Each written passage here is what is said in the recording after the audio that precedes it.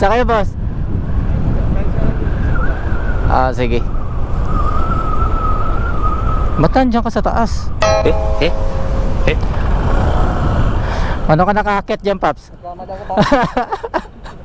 Ako napunta rito. Pasok, kapit, sir. Pag pwede pa lalay ako. Sige. Baka matilipan ako eh. Ano kasi ginagawa mo dyan? 169 lang, sir. Pwede pa lalay. Okay, baba mo na.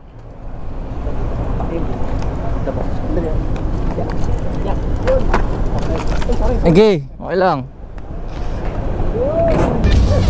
Lang niya ka. Ay, sorry.